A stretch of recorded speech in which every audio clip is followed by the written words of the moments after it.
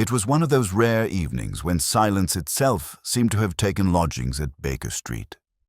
Holmes sat across from me, bent over a folio of railway timetables, his pipe unlit, his brow drawn in that peculiar trance of calculation I'd come to recognize as thought balanced upon the knife edge of discovery. I'd just turned a page of the Lancet when a faint single knock came at the door, curious not for its volume, but for its absence of echo. It was as though the sound had been swallowed whole by the air before it could return. Holmes's head rose.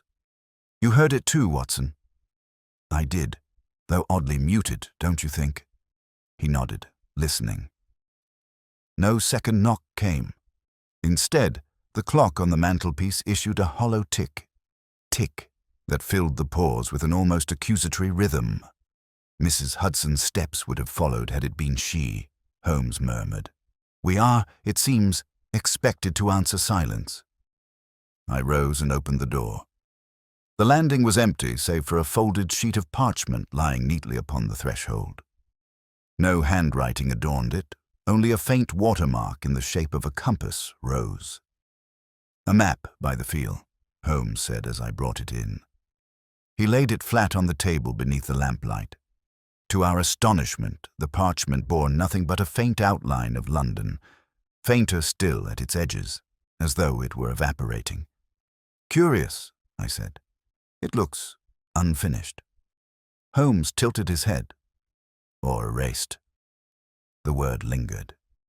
He leaned closer, tracing one finger over the pallid ink. Where his touch passed, a line darkened briefly, then faded again, as though reluctant to be seen. "Heat reactive," he observed softly. "Perhaps written in an unstable compound, or perhaps—" His expression shifted. "Watson, extinguish the lamp." I did so. In the sudden dimness, the coals from the fire offered a dull glow, and on the parchment a faint shimmer pulsed like breath beneath skin. The compass rose brightened, and a single word formed at its center. "Return." Holmes exhaled slowly. "A message, but to whom?" "To us, evidently," I replied, "though I should think an address would be of more practical use." He smiled faintly. "You underestimate the eloquence of brevity. Every mystery begins where one word refuses to explain itself." He fetched his magnifying lens. "Note the gradation, Watson. The lines are retreating even as we watch. The map is, quite literally, erasing itself." I leaned closer. "But what could compel ink to vanish?" Holmes shook his head. "Not what, my dear fellow? Who?" At that instant, a faint sound came from the window, a soft rustle, as of paper brushing glass. Holmes crossed the room in 2 strides and threw open the casement. A thin mist had crept up from the street, curling through the light from our hearth. Beyond it, a figure moved away into the fog, its outline dissolving before the lamplight could claim it. Holmes's voice was a low thread. "A courier who would not stay to be seen. A map that refuses to exist. We are being invited into a vanishing." He drew the shutters closed and turned to me, eyes alight with that strange inward fire. "Watson, the ink will not outlast the night. Fetch your hat." "Where to?" He gestured toward the fading parchment.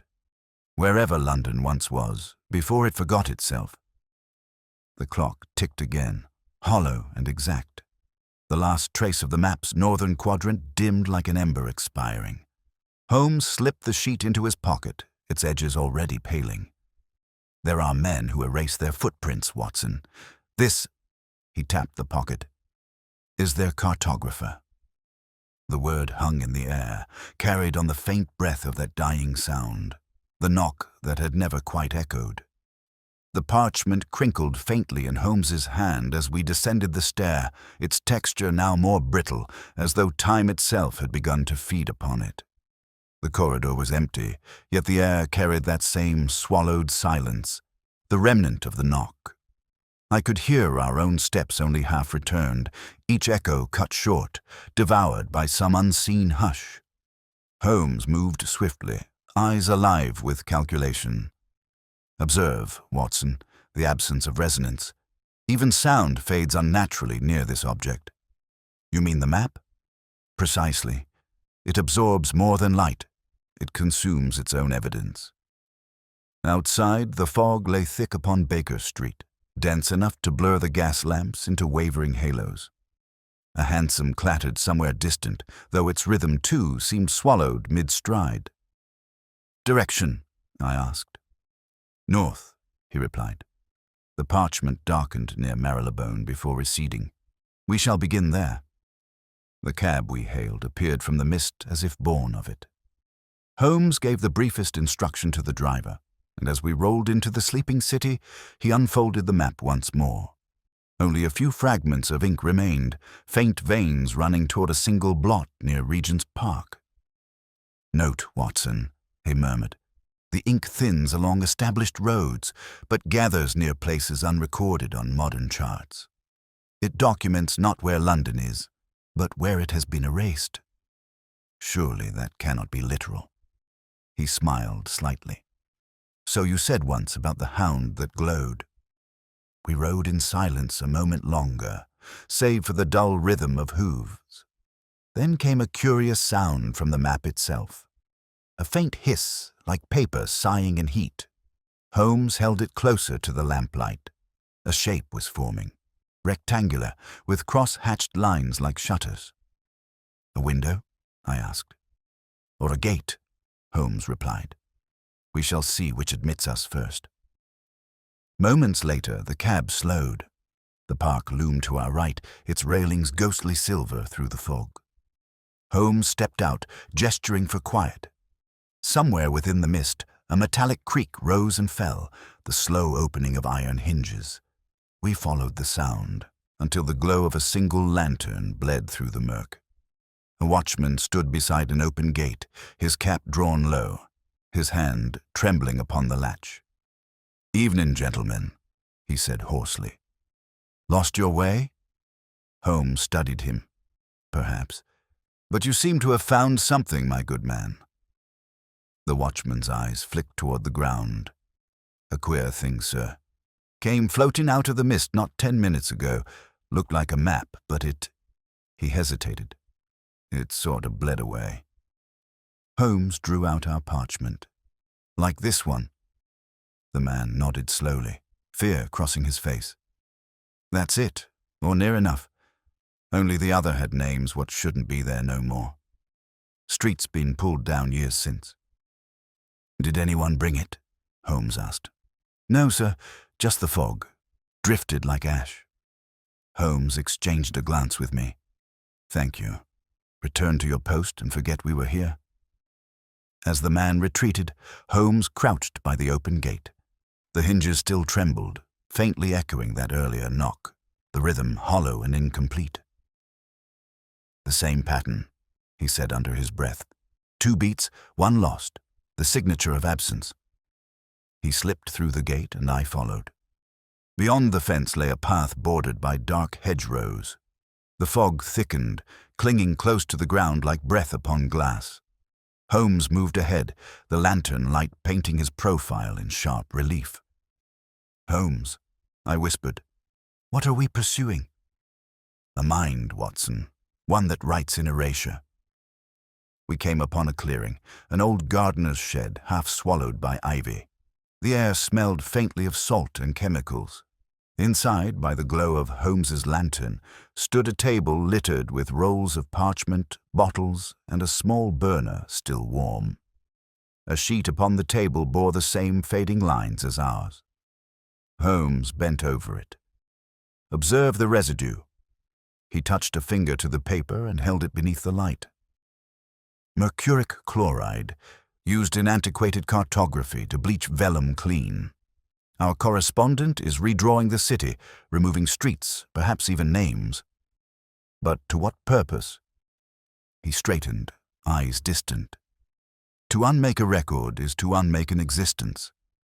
Suppose, Watson, a man wished to erase every place connected to his crime, not by concealment, but by convincing the world it was never there."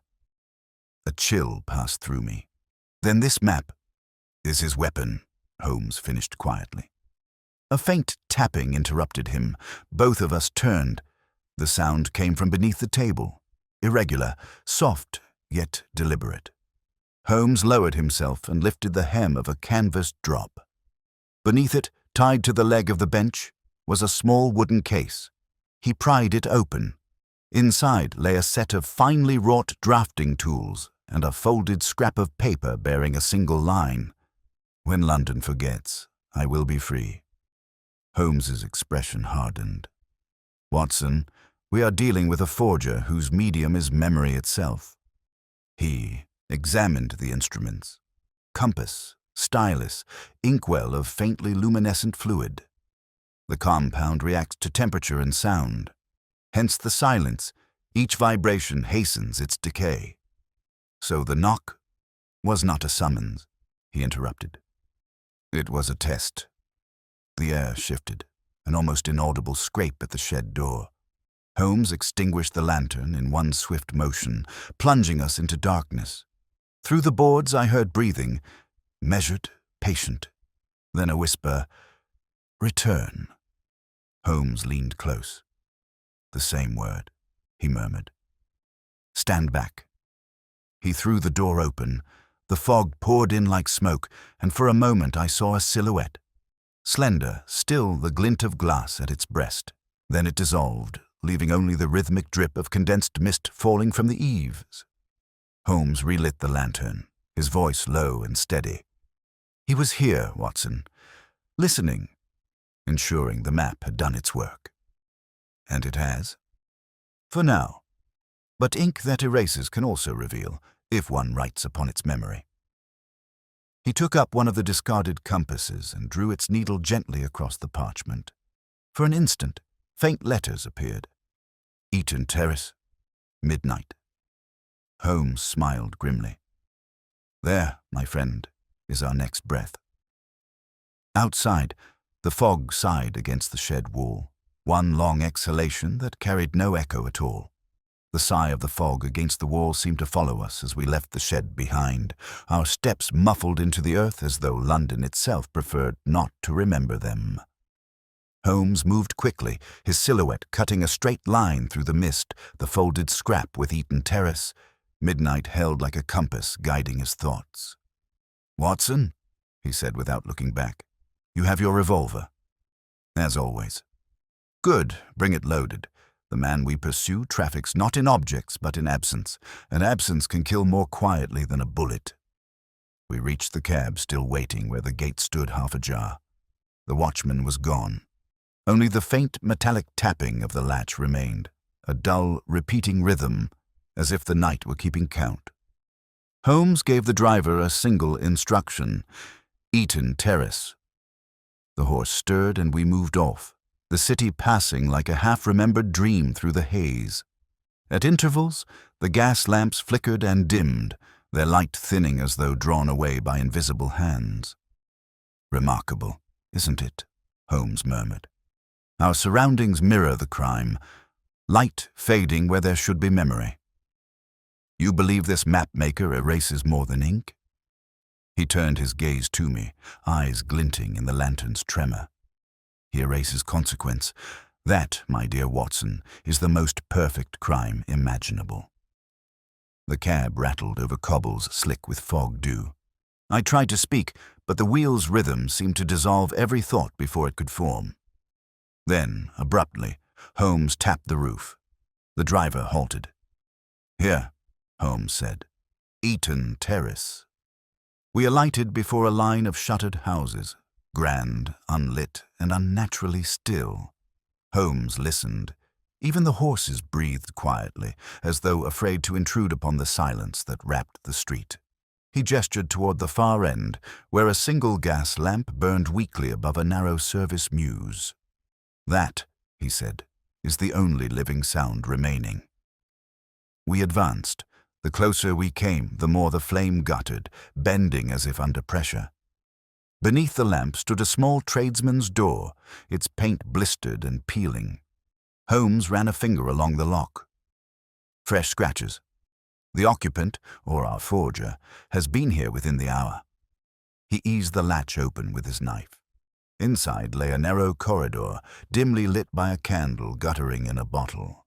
Upon the wall hung a series of maps, pinned edge to edge, overlapping like scales upon a serpent. But where streets should have been drawn, there were blank voids, pale scars of removal. Holmes's eyes roved the walls. "Do you note the progression, Watson? Each map older than the last, each more effaced. The man revises not geography, but history." I leaned close to one sheet. The absence itself seemed to shimmer faintly, as though something unseen breathed behind it. "It's unnatural. Look, these gaps feel alive." "They are," Holmes said softly. "A vacuum of remembrance. He's testing his chemical on the city's image. Soon he'll attempt it upon its memory." Before I could ask, a floorboard creaked overhead. Holmes held up a hand, listening. There it was again, slow, deliberate pacing. Then, faintly, the same sound that had begun our case. A hollow knock, once, twice, the third lost to silence. Holmes whispered, "Upstairs," quietly. We climbed the narrow stair. The wood moaned underfoot, but no response came. At the landing, a door stood ajar. Holmes motioned for me to ready my weapon. He pushed gently, and we entered. The room within was a study, walls lined with shelves stacked with rolled parchment. At the desk sat a man of slight frame, coat collar high, head bowed over a sheet he was slowly, carefully erasing. His hand moved in patient circles, each stroke dimming another fragment of London. Holmes spoke evenly. "You've chosen a curious hour for revision, sir." The man froze. Then, without turning, he replied, "Every city must forget in order to live. I merely hasten its mercy. By removing it street by street." Holmes stepped closer. "And what, pray, is the moral advantage of obliteration?" The man turned. His face was pale, eyes glimmering like wet ash. "There are places that should never have existed. Names that, if remembered, condemn us. I give London the grace of amnesia." Holmes's voice hardened. "And whom does it absolve? You or your victims?" A faint smile crossed the man's lips. "Does it matter? Once gone, none will recall there was anything to forgive." I saw then that his right hand was stained with a silvery residue, and beside him stood a small vial emitting a faint hiss. The same sound as before, the sound of vanishing. Holmes moved swiftly. "Watson, lamp!" I lifted the lantern, and in the flare's glow, Holmes seized the vial with his handkerchief and sealed it. Instantly, the man lunged for it. A struggle followed, brief, silent save for the harsh breath of 3 men and the faint ticking of the clock. The forger broke free and dashed for the window. Holmes called out, "Stop, or the city will forget you next." The man hesitated. For a heartbeat, the silence deepened to suffocation. Then the glass shattered, a clean, soft sound, almost delicate, and he was gone into the fog. Holmes peered out. Nothing but swirling grey met his gaze. Only the faint drip of condensation from the shattered frame marked his passage. "He cannot go far," I said. "We must pursue him." Holmes shook his head. "No, let him run. He carries none of the compound now, and the air will soon reclaim him. But before he vanishes entirely—" He returned to the desk and examined the half-erased map. "Observe, Watson. Beneath the bleaching, a layer remains."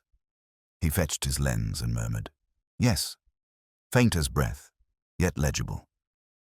"What do you see?" Holmes's expression tightened. "Coordinates, not of a street, but of a vault. If my reading is correct, it lies beneath the river embankment." "Then his purpose?" "His preservation, not destruction," Holmes said quietly. "He hides something even as he erases its trail." The remaining candle sputtered, throwing a long, quivering shadow over the map.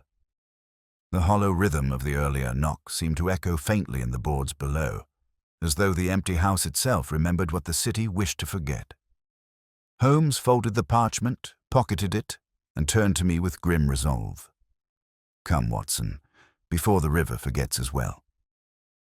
The dripping from the broken window quickened, steady, rhythmic, tick, tick, tick, like the heartbeat of a city trying not to fade. The dripping from the broken window quickened as we descended the stair, echoing faintly along the corridor, each drop a muted tick marking our urgency. Holmes's pace was deliberate, every movement synchronized to that sound, as though the rhythm itself guided his deductions. Watson, he said quietly, our adversary's method is founded on pattern and decay. Observe how the silence thickens wherever his work has touched. The city grows deaf to its own memory. I followed him into the street, revolver still drawn. The fog pressed closer now, swallowing the gaslight until only our lantern cut a small circle of vision. Where to? I asked. To the embankment vault indicated upon that fading map. If my inference is correct, it shelters the one record he dares not erase. The cabman, startled from his drowse, stared at us through the murk. Whereabouts, sir? Holmes handed him a hastily written address. Westminster side, near the old tide gauge, and drive as though the river itself pursued us. The wheels splashed through unseen puddles, the hollow rhythm of hooves blending with the drip that had followed us from the window. For a time, neither of us spoke. Then Holmes drew out the half-erased parchment and held it toward the lamplight. See here, he murmured. The coordinates converge upon a section of embankment condemned years ago during reconstruction, yet the record of its demolition never appeared in public archives. What does that suggest to you? That someone wished it forgotten? Precisely. But not destroyed, merely unacknowledged, hidden in plain sight beneath the city's own revisions. He tapped the parchment. Our forger is not the author of this disappearance, Watson. He is its curator. You mean he preserves another man's secret? Holmes's eyes narrowed. Or his guilt? We dismounted at the river stairs. The air smelled of rust and damp stone. Beneath the arches, the tide muttered against the steps, a liquid whisper punctuated by the steady drip, drip from above. Holmes led the way under the bridge, our lantern drawing fractured glints from the wet masonry. There, he said softly, pointing to a dark recess where a heavy iron door sat half buried in mortar. The rusted padlock was new. Recently replaced, I noted. Holmes produced his pick. Replaced implies re-entry. Our fugitive, or his master, has been here within days. The lock yielded with a dull click. The sound was swallowed instantly, as though the river absorbed it whole. Holmes opened the door, and a gust of stale air issued forth. Cold, chemical, and faintly metallic. Inside lay a narrow stair descending toward a chamber lit only by reflection from the water outside. Holmes moved with quiet precision, his silhouette sharp against the dimness. The floor below was paved with stone slabs, and upon one rested a large wooden chest banded with iron. Holmes knelt. The heart of erasure, Watson. Help me lift the lid. We strained together. The hinges groaned, a long hollow note that hung in the air before vanishing into silence. Inside, row upon row of rolled parchments lay sealed in wax. Their labels were half melted, unreadable. Holmes took one, scraping gently with his nail. Letters emerged. Deptford, July 1891. He opened it carefully. The map depicted a riverside warehouse that, if memory served, had collapsed years before under suspicious circumstances. You recall the explosion at Deptford docks? He asked. Of course. Chemical fire, several dead. It was attributed to negligence. Holmes nodded. An official fiction, it seems. This map predates the incident, marking a facility leased by a government bureau, then operating under secrecy. When the building vanished, so did its records. Our forger erases what remains, the physical trace of an enterprise, never meant to exist. I frowned. Then the man upstairs, he acted under orders. perhaps once. Now he acts under obsession. Holmes unrolled another chart. See how his own symbols intrude upon the originals. He believes himself custodian of a moral purity, purging corruption by effacing history. A faint sound interrupted him, a ripple of movement behind the chest, followed by the scrape of stone. Holmes rose instantly. Lantern raised, the light revealed a narrow opening in the wall where mortar had been disturbed. From the darkness beyond came the same rhythmic knock, once, twice, then the third beat swallowed as before. Holmes advanced. "He is here, Watson. He returns to guard what he cannot let go." A figure stepped from the recess, face half covered by a scarf, eyes glittering with feverish intensity. In his hand glowed a small vial, its liquid pulsing faintly blue. "Stop!" I shouted. The man's voice was calm. "You cannot stop forgetting, Doctor. It is the nature of mercy." Holmes's tone was icy. "Mercy does not demand the death of memory." The man smiled faintly. "You're wrong. Memory kills more surely than any poison." With that, he flung the vial at the wall. It shattered soundlessly. A pale vapor spread, curling upward and dimming the lamplight as it rose. The stone itself began to pale, its markings fading into blankness. "Out, Watson!" Holmes seized my arm. The compound acts through vapor, accelerated in moisture. We rushed to the stair as the chamber behind us dissolved into milky obscurity. The sound of dripping grew frantic, each drop striking stone with desperate speed, as if the river itself sought to remember. Outside, the fog had thickened, the tide slapping the embankment in irregular bursts.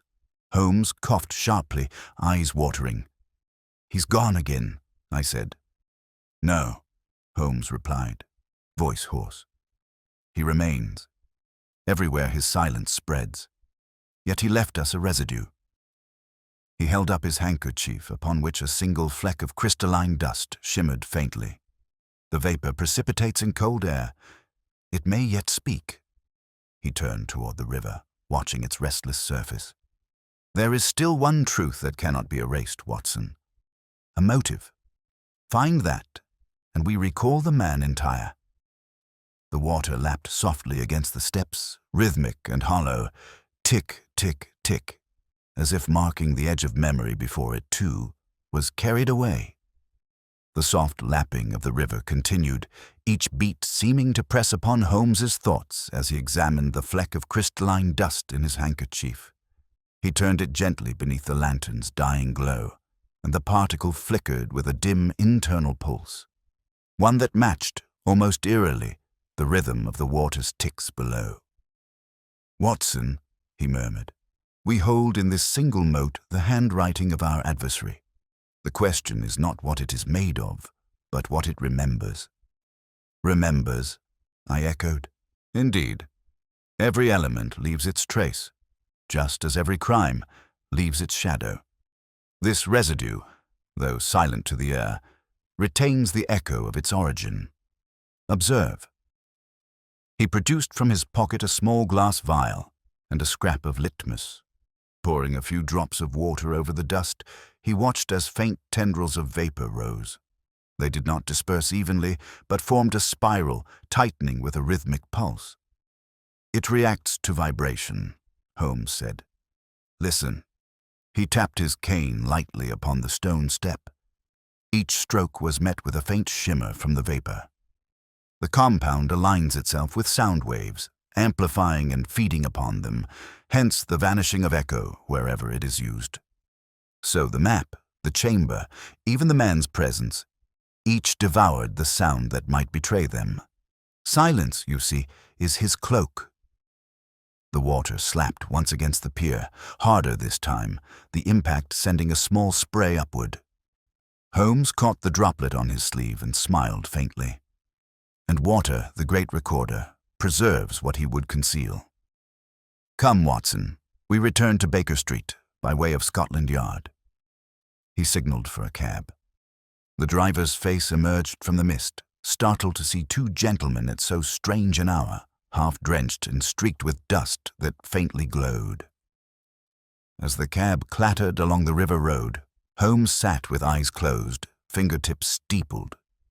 The sound of the wheels seemed to echo faintly now, proof that the compound's reach had lessened. At last he spoke. "There is a department within the Home Office whose records ceased abruptly in 1891. I've seen their work before, cartographic, chemical, and moral. You suspect government involvement.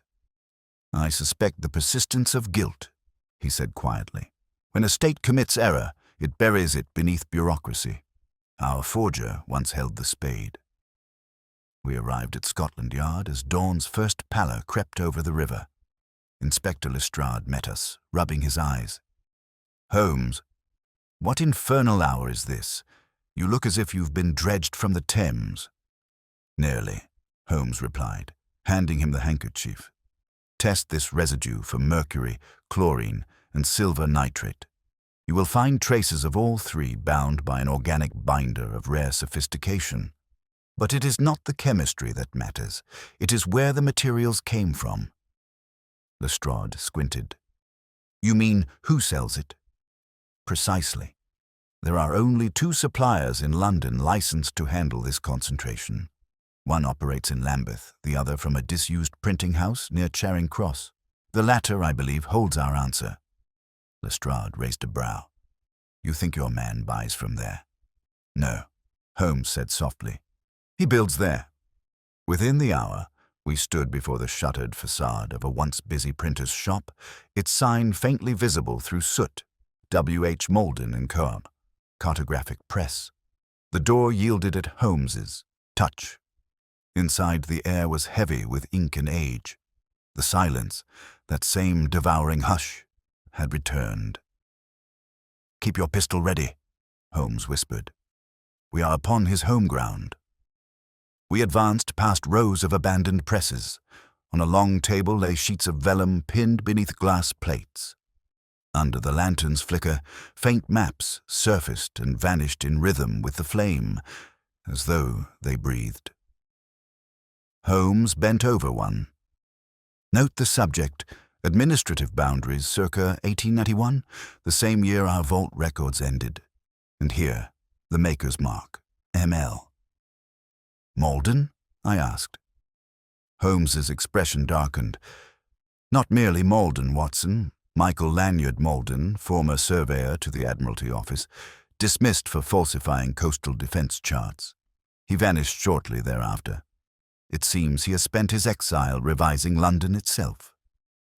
A faint scratching interrupted us. Holmes extinguished the lamp. From the adjoining room came a low, deliberate rasp, like chalk upon slate. Then a pause, and the soft double knock, with the third beat lost to silence. Holmes whispered, "He's at work again." We eased toward the doorway. The room beyond glowed with the pale luminescence of the compound. Malden stood at a drafting board, the same vial pulsing beside him. His hand traced erasures across a vast city map. Each sweep left behind nothing but whitened voids. "Enough," Holmes said, stepping forward. "The city has remembered you, Malden." The man turned slowly, his face gaunt but serene. "Then it will forget again. I have taught it how." "You seek absolution through annihilation," Holmes replied. "But you erase only what convicts you." Malden's smile faltered. "Convicts me? I correct what they commanded me to forge. They ordered maps of false defenses, mines that never existed.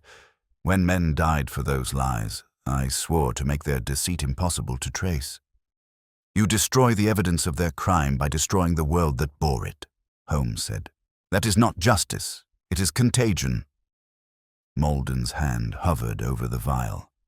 "Better contagion than memory." "On the contrary," Holmes murmured. "Memory redeems the living from the lie." He struck the edge of the desk with his cane. The vibration shivered through the room, and at once the glowing compound reacted, flaring, then dimming violently. The maps blackened as though seared. Malden staggered, blinded. I seized his arm before he could flee. Holmes uncorked the vial, holding it beneath the window. "See, Watson. In open air it loses strength. His power lies only in secrecy."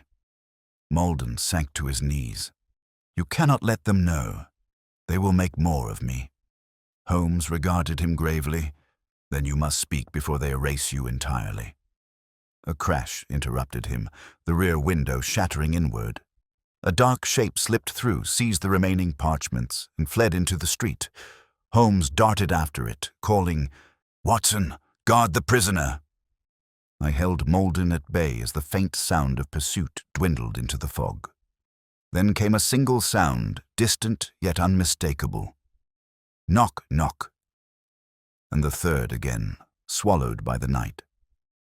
The echo of that incomplete knock rolled faintly through the fog as Holmes's silhouette vanished after the fleeing intruder. Malden sagged in my grasp, breath ragged, eyes darting toward the broken window as though expecting the night itself to reclaim him. "Sit down," I ordered. He obeyed without resistance, sinking into a wooden chair beside the half-charred maps.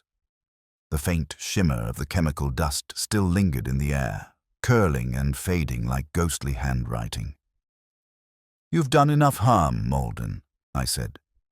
"Pray that Holmes returns before your silence devours another soul." His lips trembled. "You do not understand. It is not I who spreads it. It moves where sound is born. Every word spoken near it becomes another stroke of erasure." I felt a chill crawl along my spine. "Then for heaven's sake, speak no more." But he shook his head slowly, eyes fixed on the window. Too late. He follows what cannot be heard.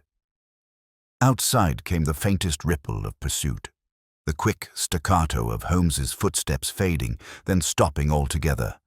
The street answered only with that soft tick-tick from a dripping eave. I strained to listen. Nothing else. Moments passed like hours. Then, abruptly, a gunshot cracked the silence.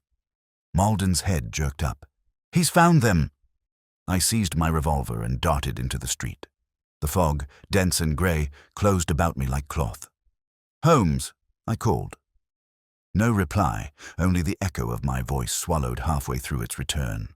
Following instinct, I moved toward the sound's vanishing point. My boots struck puddles, each splash answered by that hollow tick as droplets fell from unseen roofs. Then, faintly, I heard Holmes's voice. "Careful, Watson. Behind you." I turned sharply. A shadow lunged. The impact sent me staggering, my revolver clattering to the stones. For an instant I glimpsed a masked face, the glint of metal, and then the figure fled toward the alley mouth. Holmes appeared an instant later, breath misting, coat torn. "You're unhurt." "Barely," I gasped. "Who was he?" "The true architect," Holmes said grimly. "Malden was only the instrument." He knelt, retrieving my revolver and holding it to the lamplight. The barrel glistened with a thin residue, silvery, granular. He rubbed it between his fingers. "The same compound. He carries it upon his skin. Then he's contaminated. More accurately, marked. The silence travels with him now." A sound interrupted us, the slow toll of a bell from somewhere upriver. Each stroke seemed duller than the last, as though muffled by distance that did not exist. Holmes straightened abruptly. "The river," he said. "It dulls faster there. He's heading toward Tijuana, the docks. Come."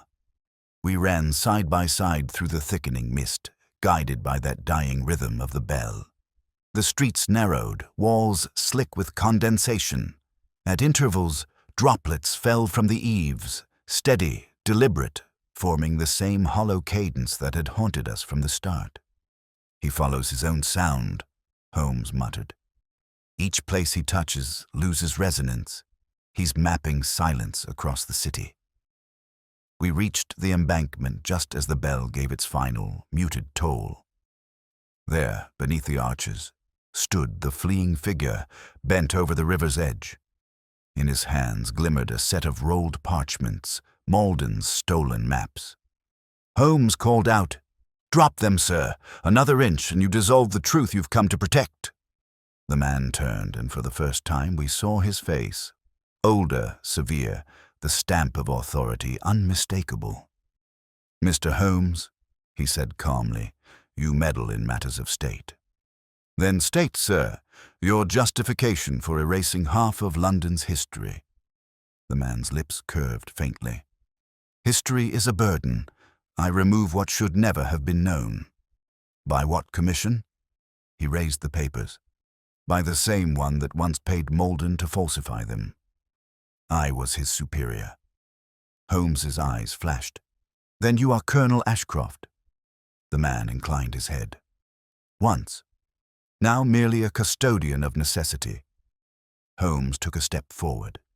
"And your necessity requires annihilating every map, every document, every witness who might recall your crimes?" Ashcroft's voice remained even. "Do you not see?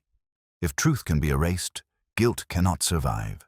The city begins again, untainted." "Truth," Holmes said, "is not so easily dissolved. It adheres, like mercury, to the soul." Ashcroft's gaze hardened. "Then let it adhere to yours." He hurled one of the vials toward us. Holmes struck it mid-air with his cane. The glass shattered harmlessly, spilling a mist that spread in a wavering ring around us. The air thickened, sound dimming as though submerged. Holmes's voice dropped to a whisper. "Stay close, Watson. Every word strengthens its field." I clutched his shoulder, feeling the vibration of his speech more than hearing it. "How do we stop it?" He drew from his pocket the earlier fleck of crystallized residue. "Like recalls like. The river's moisture will neutralize its own offspring." Before I could speak, he knelt by the water's edge, scooped a handful of the Thames, and flung it through the mist. The droplets struck with a sharp hiss. The silence shivered, then fractured. Sound returned in a rush. The crackle of waves, the rattle of chains, the hiss of steam from a nearby barge. Ashcroft staggered back, clutching his ears as though the noise itself were pain. "You've undone years of—" "Correction," Holmes interjected. "I've undone deceit." He advanced, but the colonel turned sharply and bolted along the embankment. The remaining maps clutched to his chest. Holmes pursued, the rhythm of their steps echoing against the stones. Steady, alternating, until once again the third beat vanished into emptiness. We gave chase. Ahead, the path narrowed where the river wall curved. Ashcroft's figure flickered in and out of the mist, then halted abruptly. He turned toward us, breathing hard, and held one parchment aloft. "This one," he cried, "holds what you will never find." He tore it in two.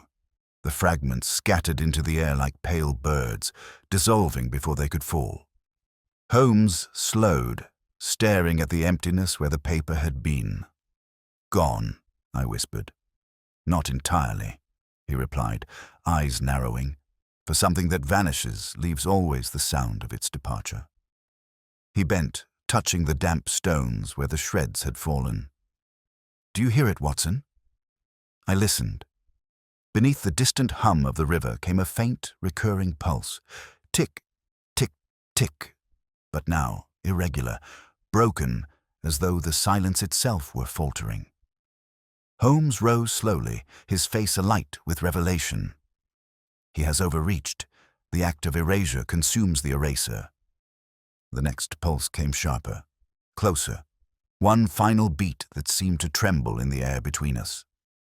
The tremor of that final beat still hung in the air when Ashcroft staggered backward, clutching his head as though the sound itself tore at his mind. The fog pressed close around him, swirling like smoke drawn toward a hidden flame. Holmes took one measured step forward, eyes fixed upon the trembling man. "The silence is turning on you, Colonel," he said quietly. "It consumes its master as readily as its prey." Ashcroft's breathing came ragged. "You think you've broken it, Holmes. But you've only loosed it. The moment it hears its own echo, it devours itself and everything near it." Holmes's hand tightened on his cane. "Then we shall oblige it to listen," He lifted the lantern and, with a sharp motion, hurled it against the stones. The glass shattered, flame licking outward before dying in a hiss of vapor. The sudden noise seemed to crack the tension itself. The fog quivered like disturbed water. "Watson!" Holmes called above the rising whisper. "Do you hear that pitch? The sound is folding in upon itself, each reverberation feeding the last." Indeed, the faint tick, tick, tick had become quicker, sharper, like the heartbeat of some unseen engine. It pulsed through the air, through the stones beneath our feet, until even the river's murmur took up its measure. Ashcroft reeled, hands pressed to his ears. "It's too late. You've awakened it." Holmes seized him by the collar. "What is it?"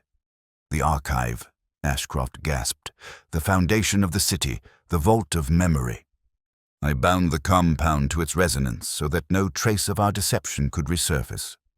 Now that it echoes freely, it threatens to erase London entire," Holmes finished grimly. "Watson, we must sever the link." "How?" I cried. "We cannot silence the whole river." Holmes's expression sharpened, the flicker of an idea kindling in his eyes. "No, but we can confuse it.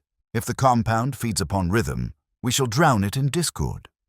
He pulled from his pocket a small tuning fork, struck it against the stone and held it near the water. A clear, high note rang out, so pure it seemed to carve a path through the fog.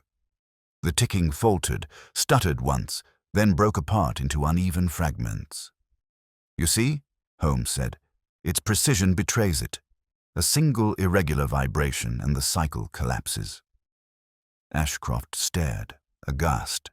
"You'll destroy everything, records, maps, the past itself." "Better that," Holmes replied, "than a city without memory." He handed me the fork. "Strike it again, Watson, but out of time, irregular intervals. The ear's rebellion shall save the city." I obeyed, tapping it first twice quickly, then pausing before a third.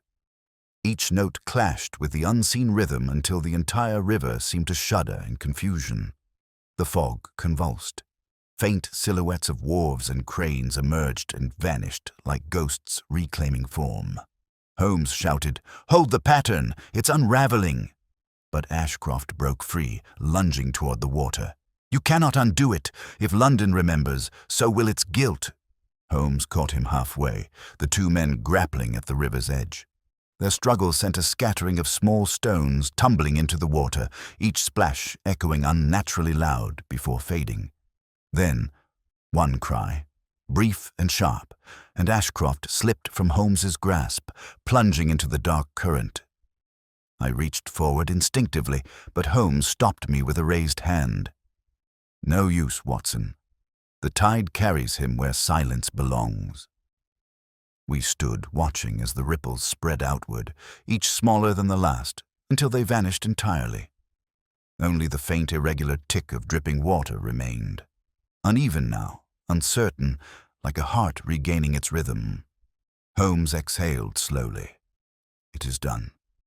I stared at him. "You mean he's gone?"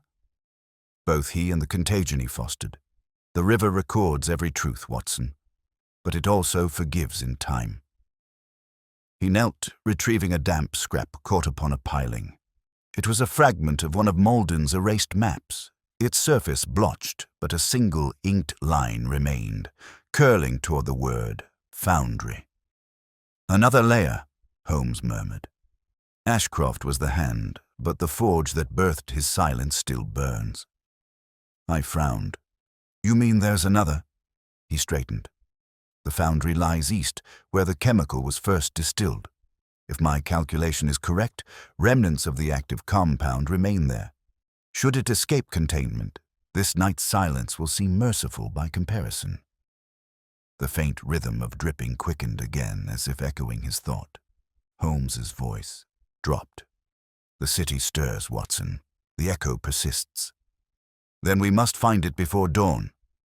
"Precisely." He turned toward the waiting cab, its lanterns barely visible through the thinning mist. "To Limehouse, and bring the tuning fork. We may yet need to speak in discord. As we climbed aboard, the driver glanced at us nervously. Bad fog, sir. Can't hear the wheels half the time. Then trust the silence, Holmes said. It will lead us to its source. The cab jolted forward, hooves splashing against wet stone. Behind us, the river resumed its steady rhythm, no longer uniform, but alive again, unpredictable as human memory. Holmes sat beside me, fingers resting on the tuning fork like a conductor awaiting his next cue. I ventured, "Holmes, did you foresee that Ashcroft might perish?" He did not answer at once.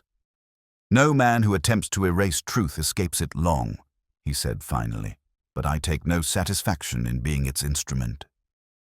"Then what drives you now?" He glanced toward the dim east. "Completion. Every silence demands its final note." The words hung between us. Outside, the city murmured faintly, as if streets and walls were relearning their own voices. The cab wheels beat their uneven rhythm, carrying us toward the unseen foundry where the last secret of the erasing map awaited.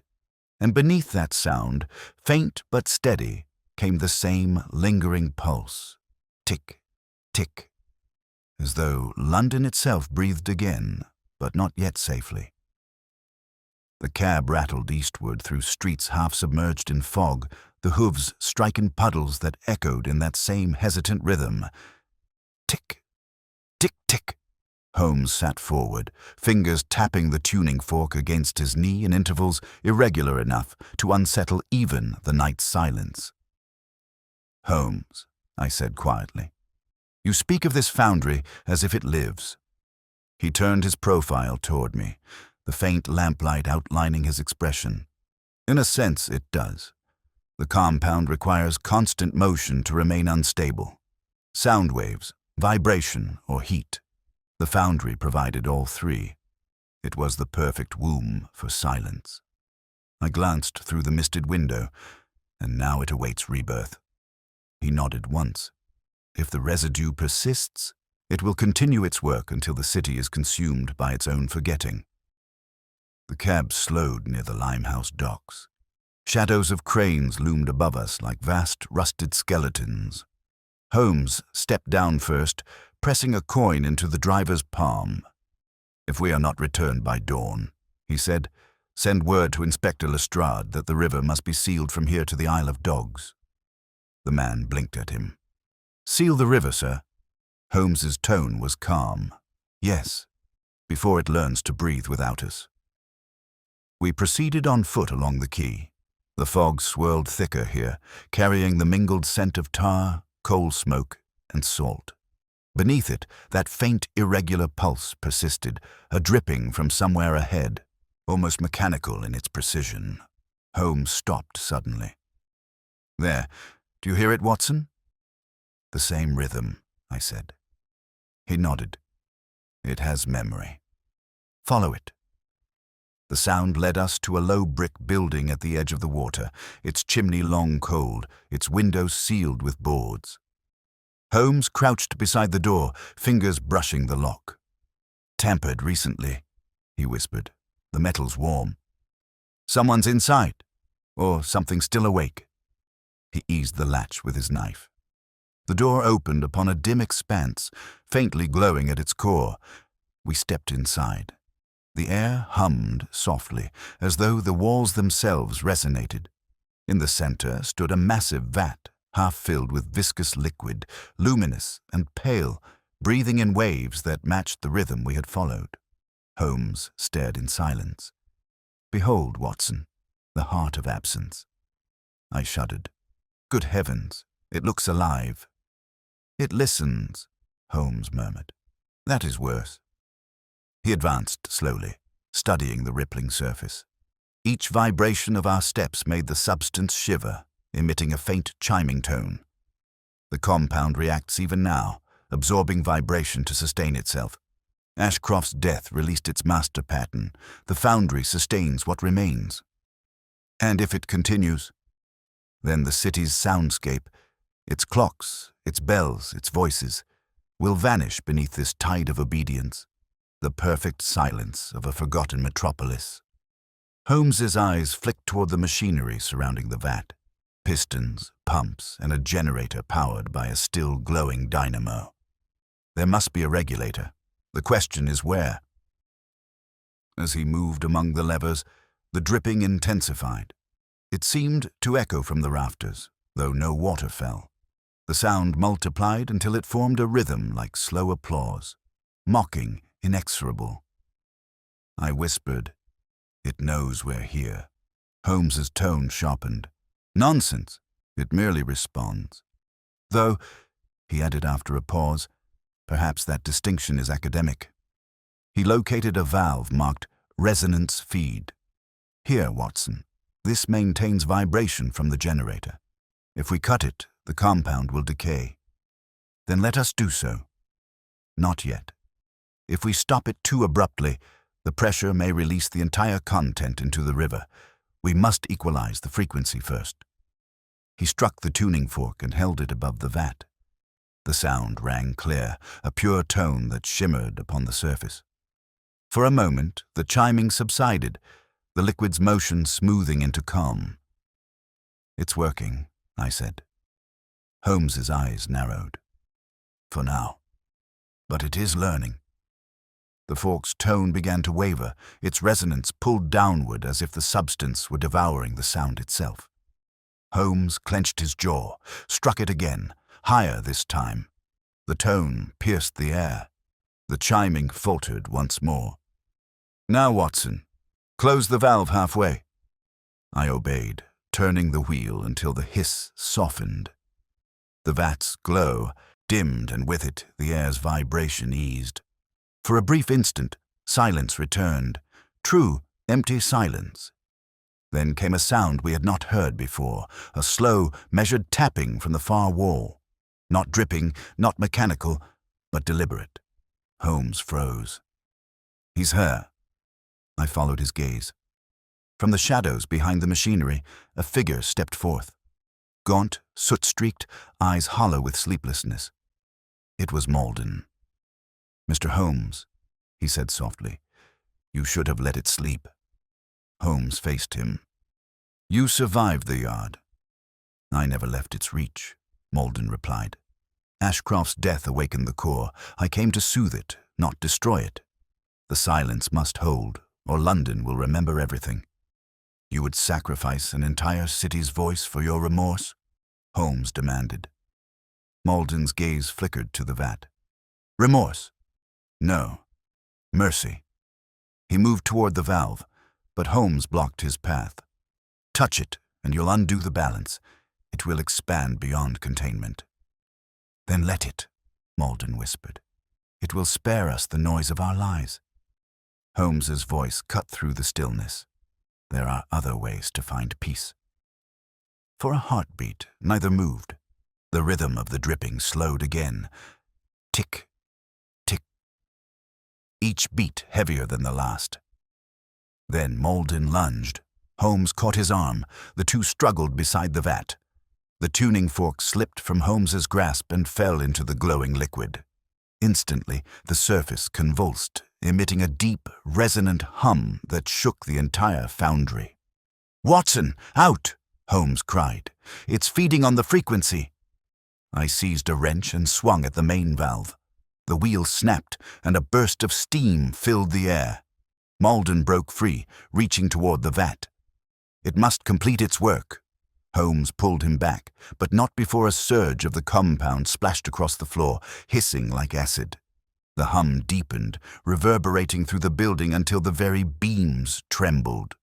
Holmes dragged me toward the exit, shouting above the sound, "The river, Watson, the only solvent strong enough." Behind us, the foundry walls began to vibrate in time with that dreadful pulse, each note louder, lower, nearer collapse. And then, from within the rising roar, the silence began to move. The silence moved like a living tide, swelling outward from the vat and devouring every trace of sound in its path. The roar of machinery died mid-breath. The hiss of steam froze into absence. Even my own heartbeat seemed to fade within my chest. Holmes gripped my arm fiercely, forcing motion where hearing failed. "Run!" he mouthed, though the word reached me as nothing but vibration through his coat.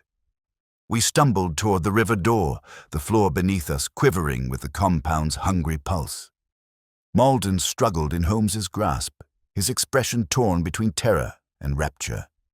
The vat had overfilled, luminous fluid spilled across the flagstones, spreading in, tendrils that pulsed with faint light.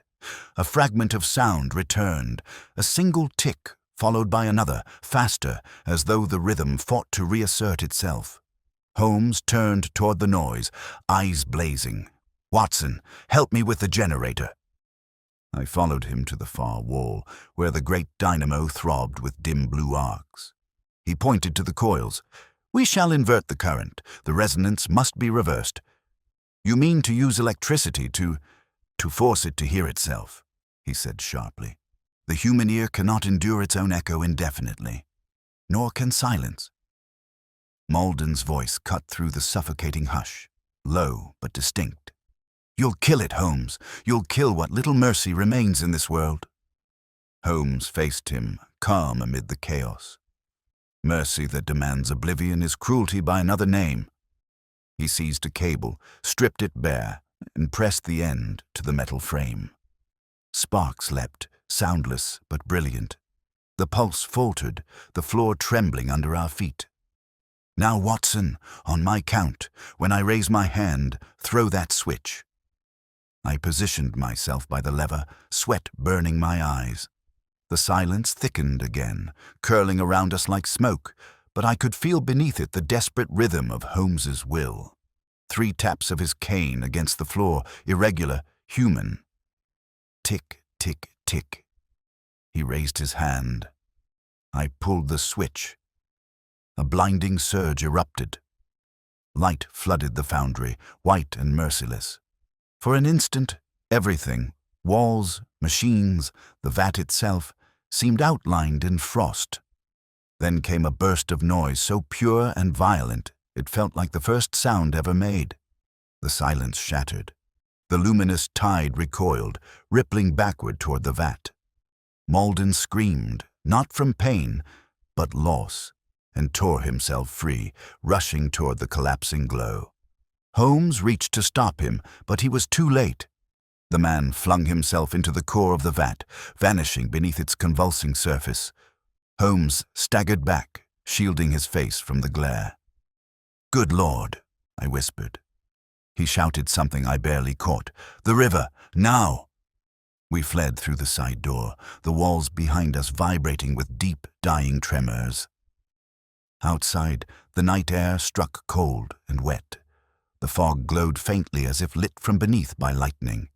Holmes ran to the embankment where the foundry's drainage pipe jutted over the water. "Stand clear, Watson." He wrenched a rusted valve open. A torrent of the glowing substance spilled out, cascading into the Thames with a hiss like 1,000 whispers. The light beneath the surface spread, widening into a trembling disk before dimming slowly, fading into the river's current. Then, stillness. The air quivered once more, then relaxed, and the city exhaled. From somewhere distant came the toll of a church bell, clear, resonant, unmistakably human. The sound struck through the fog and lingered. Holmes leaned heavily against the railing, breathing hard. "It's finished." I steadied him. "You've destroyed it." He shook his head slowly. "No, Watson. I've taught it to remember." I stared at the river. The faint luminescence still traced patterns beneath the surface, coiling like written lines. "What do you mean?" Malden's final act completed what Ashcroft began.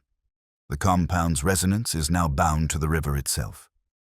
Each vibration of London's life, its traffic, its bells, its voices, will dilute and rewrite it. The city's memory is restored through its sound.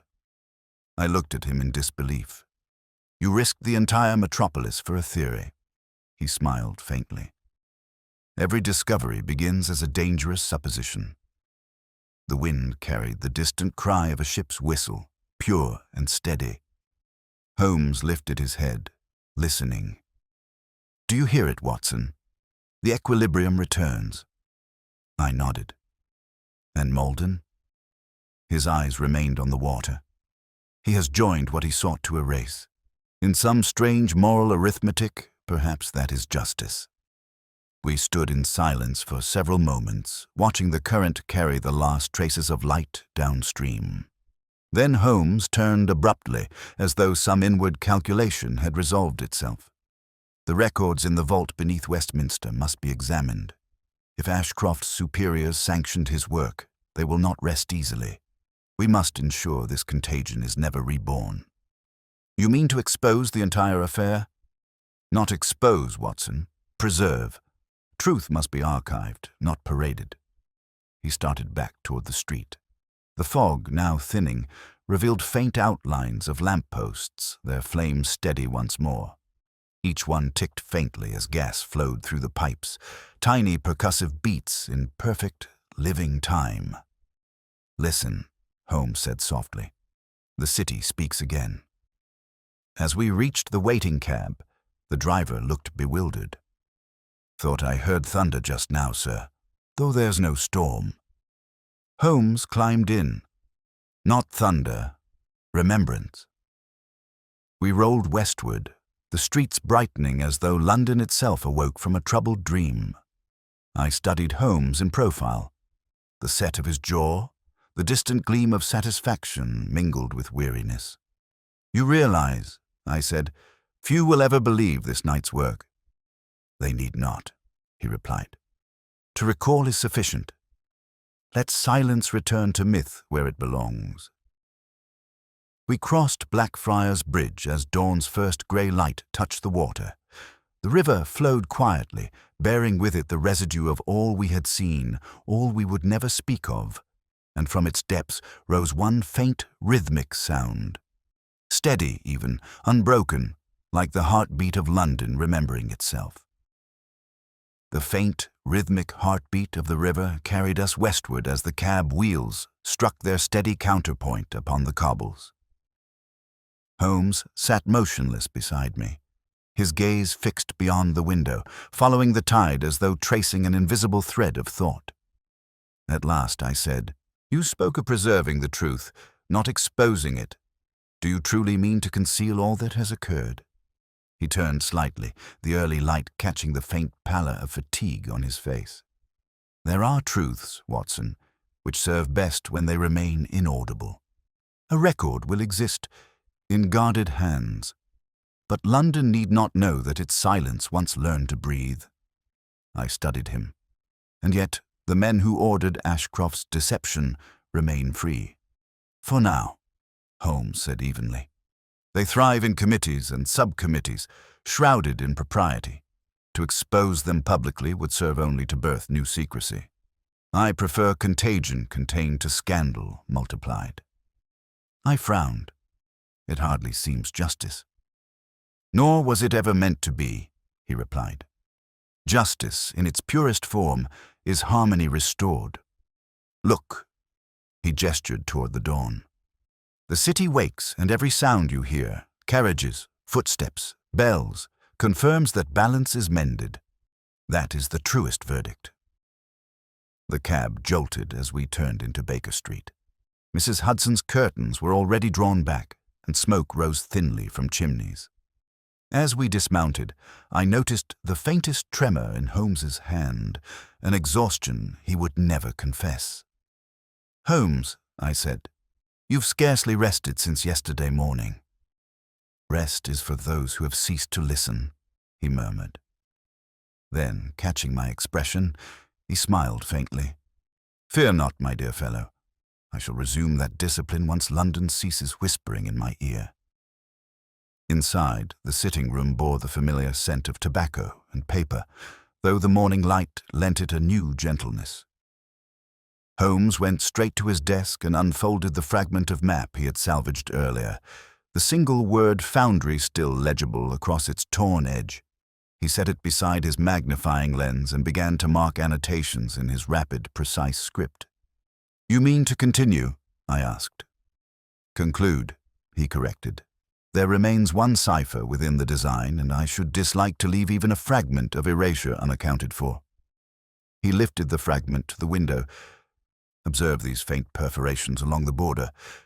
Not accidental. Each corresponds to a sound frequency noted in Malden's marginalia. Here, see this pattern. 3 short, 1 long. Does it recall anything? I leaned closer. The very rhythm that haunted us from the first, the knock, the drip, the beat. Precisely, Holmes said. Malden encoded his guilt into the very pattern of his silence. It was both confession and warning. But to whom? To me, perhaps, he said quietly. He knew I would hear it. There was a moment's pause. Then, unexpectedly, he placed the fragment into the fire. It curled and blackened, releasing a faint hiss. Holmes, I cried. He raised a hand. The echo must end somewhere, Watson. Let it end here. For a moment, neither of us spoke. The clock on the mantel ticked, clear and sure, and I realized how welcome the sound had become. Proof that life endured. Then Holmes rose and went to the window. The street below was already stirring, a newspaper boy calling headlines, the distant bark of a dog, the clatter of a milk cart. He listened as if to an orchestra tuning itself to order. Tell me, I said quietly, does it ever weary you, this endless pursuit of resonance in chaos? He turned, his expression softened by something almost wistful. On the contrary, it is the pulse of existence itself. Each case, each riddle, is but an interference pattern in the great harmony. My task is merely to restore the note. I could not help but smile. Then you are less detective than musician. A distinction without difference, he replied. Both seek truth through the ear. I poured him coffee, which he accepted absent-mindedly, still gazing at the window pane where a single raindrop traced its descent. The sound it made, a soft, living tick, drew his eyes. You hear it too, don't you? I asked. He nodded. The rhythm endures. But it is no longer empty. A knock at the door interrupted us. 3 raps, firm and clear. Holmes glanced up sharply, his senses still taut from the night's ordeal. Mrs. Hudson entered with the Morning Post. 2 letters for you, Mr. Holmes, she said. He thanked her, broke the seal on the first, and skimmed its contents. A flicker of amusement crossed his face. From Lestrade. He reports that no residue of the compound remains at the Limehouse site. The river has washed it clean. The second? Holmes opened it more slowly. His brows lifted. Curious. No signature, only a line of verse. When the city learns to listen, I shall sleep. Malden? I asked. Or what remains of him? Holmes said softly.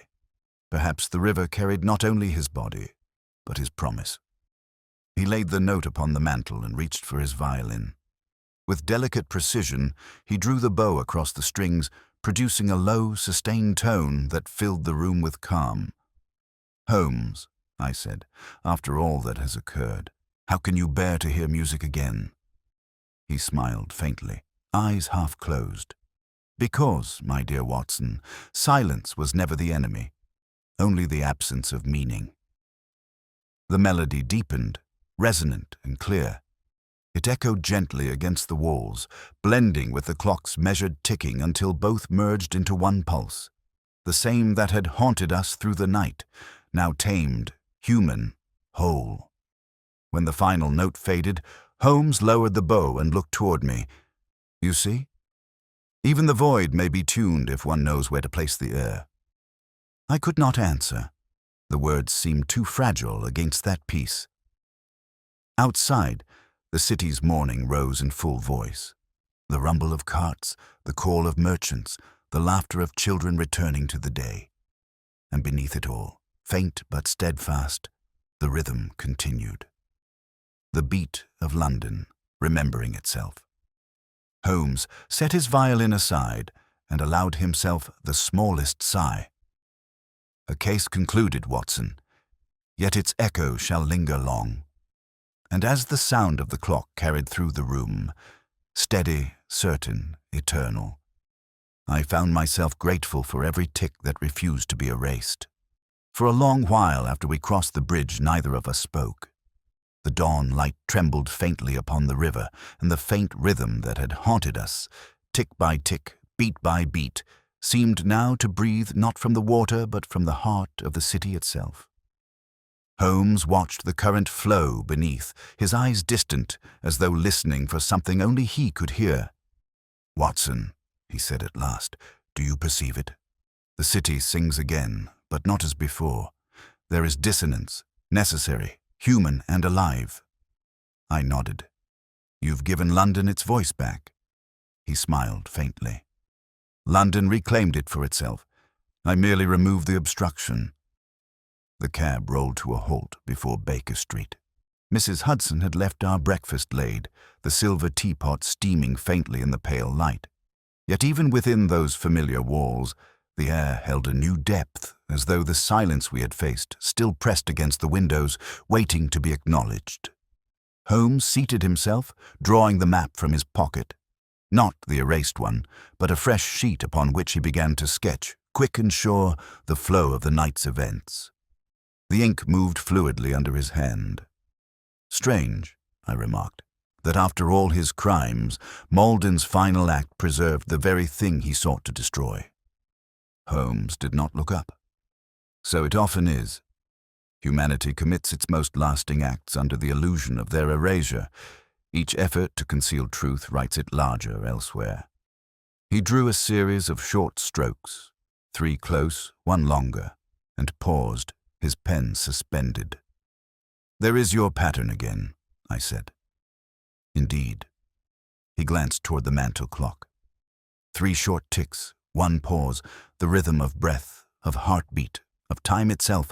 It haunted us because it was us, Watson, the sound of memory refusing to vanish. The notion stirred something deep within me.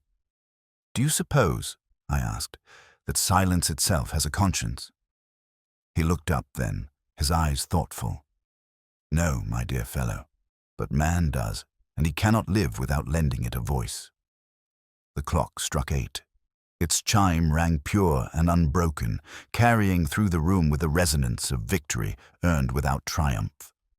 Holmes poured himself a cup of tea, his manner suddenly domestic, almost serene.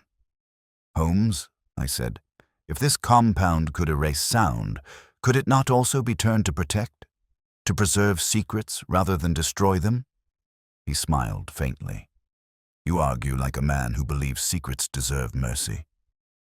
"I argue like one who has kept them," I replied. For a moment, something softened in his gaze.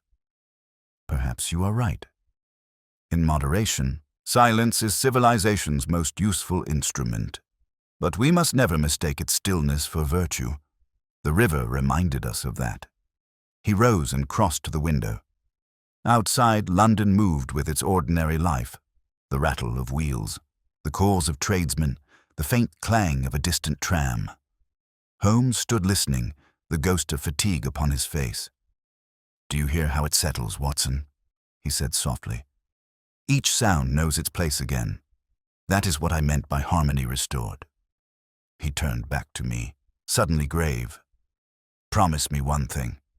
If ever I am tempted by the quiet of unremembered deeds, if I should ever prefer oblivion to truth, you will remind me of this night." "I swear it." Holmes inclined his head. "Good. Then the map has done its final work." He opened his violin case and drew the instrument out, tuning it with delicate precision. "There is 1 note still to be played." I sat back, saying nothing. The bow touched the string, and a single tone filled the air, soft at first, then swelling gently until it met the clock's next tick. For a heartbeat, they were in perfect unison. Then the note rose higher, shimmering against the faint hum of the city beyond. As he played, the light brightened across the room, illuminating the outlines of our familiar world, the smoke curling from his pipe, the clutter of books, the half-open folio of the night's case. It was all ordinary again, impossibly ordinary, and therein lay its wonder. When the last vibration faded, Holmes lowered the violin and said, almost to himself, "To preserve what is audible, that is our true calling." I said quietly, "And what of those who cannot bear to listen?" He gave a faint smile. "Then we listen for them." Outside, a handom's wheels clattered against the cobblestones, rhythmic, alive. Holmes set the violin aside and turned toward the hearth. The flame within shifted and cracked, answering him in that same patient pulse. Tick, tick, tick. For the first time in many hours, I felt no dread in the sound. It was simply life marking its passage through air once more capable of holding it. Holmes lit his pipe, the smoke curling upward like a faint ghost of the fog we had conquered. "Strange to think," he said, "that all our existence depends upon vibration. A tremor here, a heartbeat there. When they cease, we call it death. When they return, we name it peace." I looked toward the window. The street outside shimmered faintly in sunlight, and in that light the world seemed newly drawn. Holmes followed my gaze. "London," he said softly, "erased and rewritten, and still it endures." The mantel clock struck again, firm and unwavering. He smiled. "There, the map completes itself." I could think of no answer. The rhythm held us both for a moment, steady, luminous, eternal. And then, as though in benediction, the sound faded into the heartbeat of the day.